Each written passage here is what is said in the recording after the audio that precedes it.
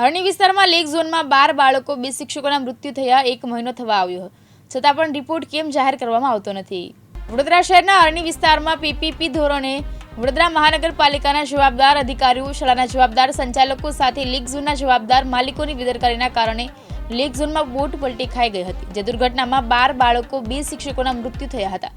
તે સમય દરમિયાન ગુજરાત રાજ્યના મુખ્યમંત્રી તેમજ ગૃહમંત્રી દ્વારા એસઆઈટીની રચના કરી તપાસના આદેશ જાહેર કર્યા હતા, જેમાં કલેક્ટરશ્રી દ્વારા વધારે સમય લઈ તપાસ કરીને તમામ રિપોર્ટ રાજ્ય સરકારને સોંપવામાં આવ્યા હતા। 18 જાન્યુઆરીના રોજ લેક ઝોન ખાતે દુર્ઘટના બની હતી, જેને આજે 1 મહિનો થવા આવ્યો છે, છતાં પણ રાજ્ય સરકાર દ્વારા કોઈ પણ જાતનો રિપોર્ટ જાહેર કરવામાં આવ્યો નથી। જે રિપોર્ટમાં વડોદરા મહાનગરપાલિકાના કયા અધિકારીઓ જવાબદાર છે, શાળાના કયા સંચાલકો, આચાર્ય, શિક્ષકો જવાબદાર છે, લેક ઝોનના કયા માલિકો, કર્મચારીઓ જવાબદાર છે, તેનો રિપોર્ટ 1 મહિનો થવા આવ્યા છતાં હજી સુધી જાહેર કેમ નથી કર્યો। આ રિપોર્ટ બાબતે 12 બાળકો અને 2 શિક્ષકોના પરિવાર નહીં, પરંતુ વડોદરા, ગુજરાત અને ભારતના સાથે વિદેશમાં વસેલા તમામ નાગરિકો રાહ જોઈ રહ્યા છે।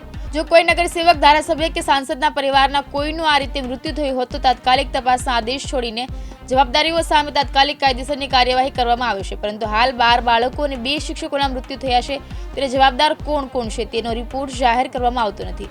શું 12 બાળકો અને 2 શિક્ષકોના મૃત્યુ પાછળ જવાબદાર વડોદરા મહાનગરપાલિકાના અધિકારીઓ અને શાળાના સંચાલકોના નામ છુપાવવામાં આવી રહ્યા છે? કેમ છુપાવવાનો પ્રયત્ન કરવામાં આવી રહ્યો છે તેવા લોકોમાં સવાલો ચર્ચાઈ રહ્યા છે। તેની જ લઈને રાજ્ય સરકાર દ્વારા બોટકાંડનો રિપોર્ટ વહેલામાં વહેલી તકે જાહેર કરી અને તમામ જવાબદારો સામે સખતમાં સખત કાયદેસરની કાર્યવાહી કરવા સામાજિક કાર્યકર અતુલ ગામેશી દ્વારા માંગણી કરવામાં આવી હતી। વડોદરા શહેરના હરણી વિસ્તારમાં આવેલ લેક ઝોનના ગેટથી જ્યાં બોટ પલટી મારી હતી ત્યાં સુધી અર્ધનગ્ન અવસ્થામાં ગબડતા આવ્યો છું।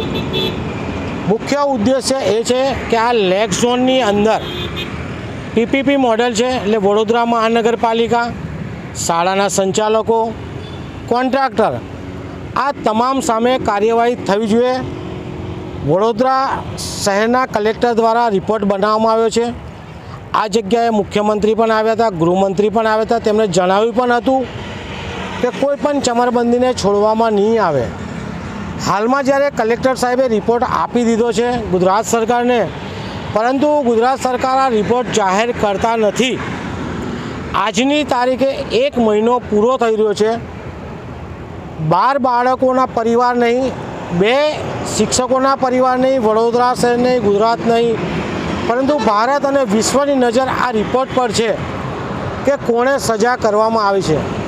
જે રીતે જોવા જઈએ તો વડોદરા મહાનગરપાલિકા દ્વારા હાલમાં 2 નાની માછલીઓ પર કાર્યવાહી કરી છે અને મગરોને છોડવાનો પ્રયાસ કરવામાં આવી રહ્યો છે।